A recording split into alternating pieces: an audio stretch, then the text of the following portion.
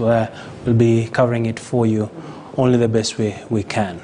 Well, we now want to shift focus and talk matters real estate, and we are now joined by Kilundo Mbithi, real estate investment consultant with close to 20 years of experience, having worked with leading real estate consulting firms in Kenya.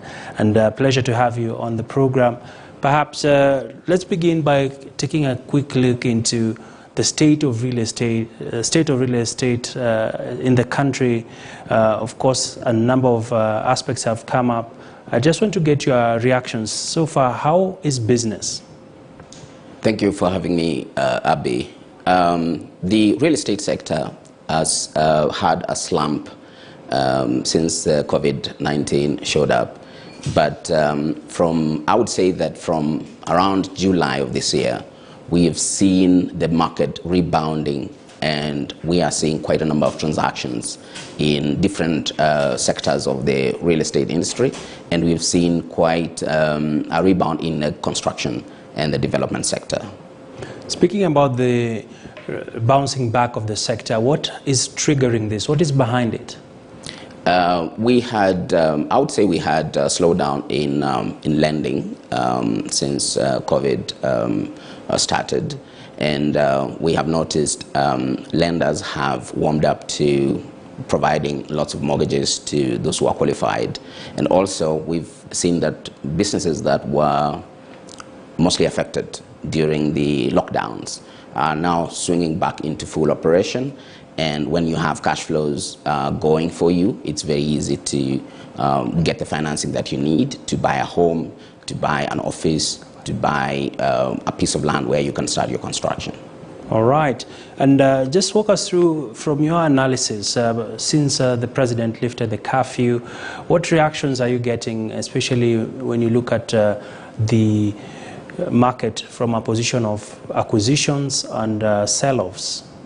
We have, this moment is actually what we call a buyer's market, whereby a lot of people who are affected by the COVID, as well as the aftermath of the lockdowns, have the desire to go back into business, and they may be using some of the assets that were held in real estate as source of capital. So we've got a lot of properties that are in the market, they're being sold, that providing a big market for buyers. So buyers are dictating the terms, because when you have extra supply in the market, the prices tend to go down because the buyers are less than what you have people selling. Interesting that you bring it up, that you're seeing it's a buyer's market, and we are going into an election period where a lot of investors, would-be home buyers, would be a bit cautious. Perhaps, what are you seeing, and what are some of the trends that we should anticipate? Every 5 years we have an election cycle, and we have been noticing that the market tends to slow down every 5 years, every time we have an election. This particular year, when we are going towards the election next year in August, we are noticing a slightly different curve in terms of activity of the market. And I would say maybe the pandemic was the real cause for people realizing that, life can be different. Elections will be coming and going. So we are expecting more vibrant real estate market than has been in the other election cycles. Interesting. And in regards to this, looking at the state of the economy, of course, a lot of Kenyans who saw their disposable incomes eroded, considering a number of employers took on salary cuts as well as job cuts. And from your prediction, and of course from your vantage point, I'm quite intrigued by you saying that we're likely to see an upsurge, especially when it comes to purchases in this period. Yes, that has been noticed, especially in the middle income segment and low income segment. properties that are retailing between 5 million and 15 million, that would be fitting the market segment we call middle income earners. That market has had a rebound in the sense that people are able to work from their homes, and people are able to appreciate that actually a home is not only for purposes of consumption, for purposes of going home in the evening after work, but it's also a point where you can do your business, you can run your consultancy, and actually even education is being carried out right from the home.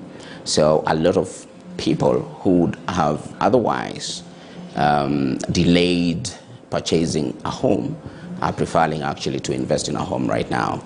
Also, we noticed the low market segment has had an increase in the demand for acquiring ownership of home in the suburban areas of the city.